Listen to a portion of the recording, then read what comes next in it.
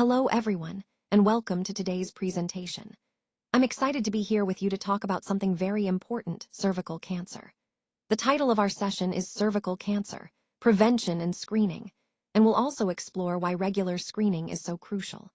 In this brief introduction, I'll give you a quick overview of what we'll cover: the preventability of cervical cancer, the importance of early detection, and the methods used for screening, especially the Pap smear test. So, let's get started and learn how we can stay ahead in protecting women's health. However, it's important to remember that we can actually prevent cervical cancer through regular screening. Based on the Paris Hospital case study, routine screenings help us identify any abnormal cells or changes in the cervix early on. One effective test for this is the Pap smear, which detects these changes before they develop into more serious issues. Most cervical cancers are linked to persistent infection with certain strains of HPV, or human papillomavirus, which is a common sexually transmitted infection. It's crucial to understand that simply having HPV does not mean you will develop cervical cancer. But in some cases, if the HPV infection persists and affects the cervix, it can lead to cancer over time if not treated. Cervical cancer develops when abnormal cells in the cervix grow uncontrollably. Remember, the cervix is the lower part of the uterus, connecting it to the vagina. When these abnormal cells start to grow and multiply without control, that's when cancer can develop. So, understanding the link between persistent HPV infection and abnormal cell growth is key in preventing this disease.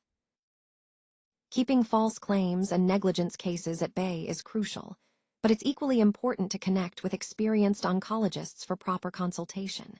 If you're uncertain about the need for regular screening and why it matters, let's go over some key points.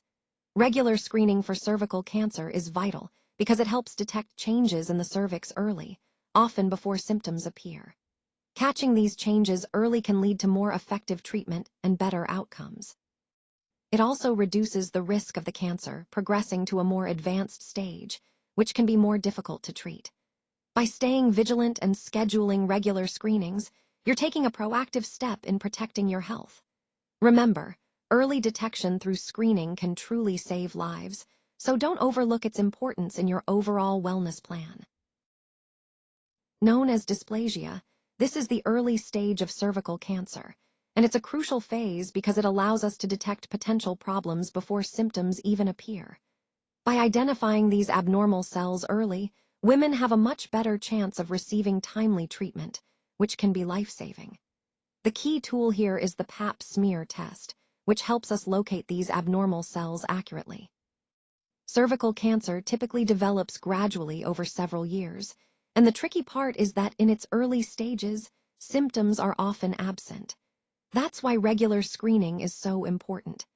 At Paris Hospital, our oncologists rely on these screenings to catch any precancerous changes early on. Remember, early detection really can save lives. That's why staying proactive with regular screenings plays such a vital role in women's health. Remember that this vaccination cannot treat the existing infection, but it can definitely protect your body against the high-risk strains of cervical cancer. Even after getting vaccinated, it's important to continue with regular screening to rule out any further issues or the development of cervical cancer. You may or may not know, but cervical cancer is mainly associated with HPV infections. Some strains of the HPV virus are considered high risk because they're more likely to lead to cancer. That's why opting for the HPV vaccination can significantly reduce your chances of developing cervical cancer. It's really about combining these preventive measures, getting vaccinated and maintaining routine screenings, to keep this disease at bay. So, I strongly encourage you to choose HPV vaccination as a proactive step in your health journey. When discussing the duration and age for these tests, it's important to note that women should ideally undergo screening between the ages of 21 and 65. The recommended interval is every 3 weeks, but of course, this can vary depending on individual risk factors. Factors such as personal health, family history, and other risks need to be considered to tailor the screening schedule appropriately. One of the key points I want to highlight is that the Pap smear is one of the most effective methods for detecting any abnormalities or changes in cervical cells early on. Early detection really makes a difference in treatment outcomes. Moving on to the process, the results and follow-up are crucial. Once samples are collected, they are examined thoroughly for any abnormalities. This step helps us identify issues before they develop into more serious conditions. For sample collection, oncologists typically use swabs to gently gather cells from the cervix.